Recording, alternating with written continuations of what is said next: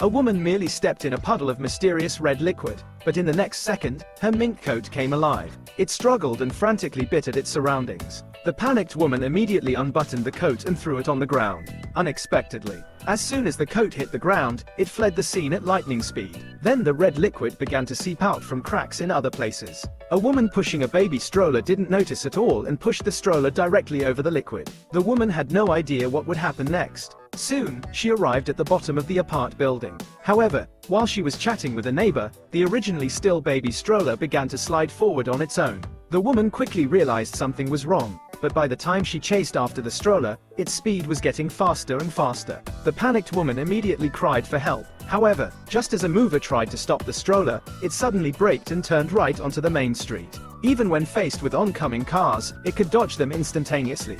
Then it began to speed wildly down the road, so fast that even the woman taking a shortcut couldn't catch up. Afterwards, the stroller even tried to cross the street. But just at that moment, a bus was rapidly approaching. Fortunately, the stroller stopped just in time, and the woman was finally able to rescue her child. The ghost-catching team arrived on the scene soon after receiving the notification. Glasses and Fatty immediately took out instruments for detection and indeed discovered supernatural forces here. It was directly beneath them. To figure out exactly what happened, Glasses pretended to be a construction worker and took out a jackhammer to perform surgery on the road.